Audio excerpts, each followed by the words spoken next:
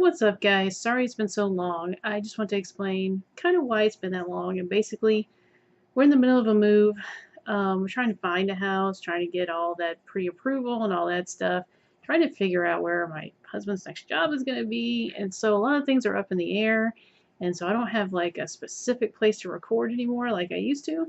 And so you're going to get different backgrounds. You might even get my phone or whatever. But what I'm going to try and do now that things have kind of settled down from the initial, oh, we're moving, so let's do some packing.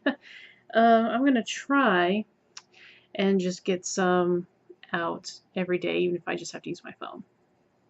So, the first thing I want to talk about today is Alex Jones. Now, he's been banned on all platforms across. I did want to wait to talk about this because I wanted to see how it was going to unfold.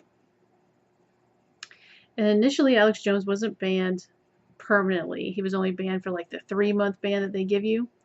And then after that, they're like, okay, no, permanently banned, right? So in the 3-month ban time frame, everybody exploded. I got real nervous because Alex Jones is the wild man in the wilderness calling out for you to pay attention, basically. He says these wild, crazy things in order to get people to be interested or pay attention in the political world around you and what the people who are trying to take your rights away are doing. Excuse me. So when he was banned, it made me kind of nervous. Okay, and so I wanted to step back and watch and see what happened. So usually when stuff like this happens, where they ban somebody that they've never banned before and no one cared about, something else is usually going on. Okay, and that's something I could really only find one thing. I don't know what else is going on. Maybe somebody out there can tell me. But the one thing that I saw that people weren't really paying too much attention to was a guy came out and said, in my teens and even here recently or what have you, I'm a wizard. I'm part of this big wizard group, and we use abortion clinics as, our places of worship, and we use those baby parts to worship Satan, basically. And it wasn't just one guy. There was actually 2 guys that were arrested, and all that went down. So that was happening while the Alex Jones things was happening, and nobody was reporting on that. Now, nobody right wing was reporting on that. Now, I don't believe that it would have gotten a lot of coverage, but it would have gotten more than it would have if Alex Jones wasn't, being banned and everything else. A second thing about this is that Alex Jones is sort of like a how do I say this? There's 2 different ways to look at what happened here. One is that they're worried that Alex Jones is putting out information they don't want him to put out, like the pedophile stuff and everything. And 2, he was a distraction.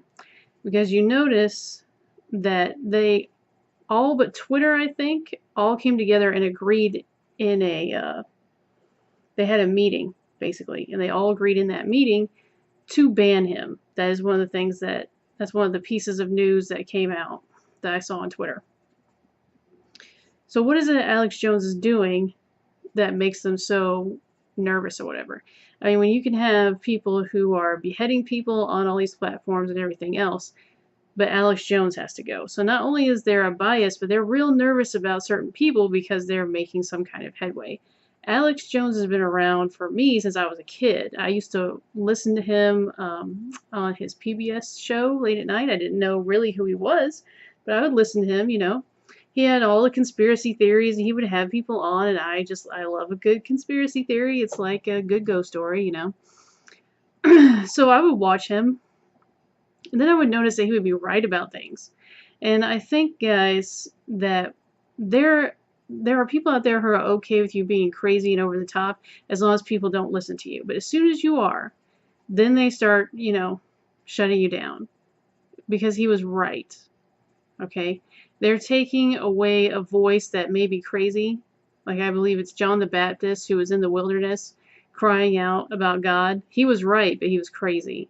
And no one listened to him until Jesus came and made him legitimate or whatever.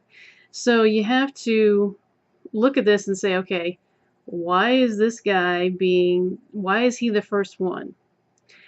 Because Crowder has some of the same problems where they were paying to be, you know, they were paying for advertising in Facebook and stuff, and then they had to sue Facebook to get Facebook to do it right. But they settled out of court, and I can't find any of that court documentation. So I don't know where it went. If any of you guys can find it, that'd be cool to see. So I don't know what exactly he's saying that they did. Was a breach of contract? I don't know. He doesn't talk about it. So I would like to see more, how do I say this? I would like to see more conservatives going that route, exercising their rights of, you know, well, if I'm paying for this, then you have to, you know, you have to do your side. Otherwise, it's a breach of contract, or it's, you know, it's theft or whatever. I don't really know how you would do that, but that's why I want to see. So that's pretty much all I have to say about Alex Jones. I'm very disappointed. Actually, I have one last thing. One of the things that I believe Jack Dorsey of Twitter said, I think it's that, his name is definitely Jack from Twitter, said that bannings and things like that are made so that you, the user, will think about what you did and will change the way you act. And I'm going to tell you right now, these places, they're not my parents. They're not my God. They are no one that I will want to listen to for correction. Okay? And he and they, as far as I can tell, use their bannings like a timeout. Well, you're in timeout because you did something bad. Well, saying the truth is bad and I get timed out for it. Well, I'm just going to be in timeout and I'm going to yell from timeout. Basically, I'm going to do whatever I can to support Alex Jones. I don't really know what I can do. I can't give him money right now. But, you know, he will show up on my Twitter if I can get clips of him or whatever. It'll probably show up on my feed here. So just be looking out for those if I can get them. I've already seen a couple people upload his full show. So Alex Jones isn't going away, and I'm glad for that.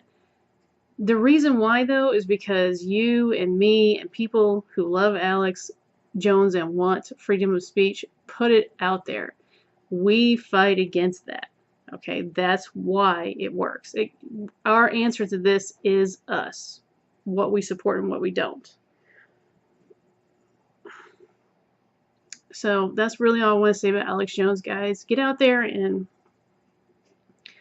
support these people who are telling the truth, who are right, who are shining light in the darkness and getting that disinfectant out there.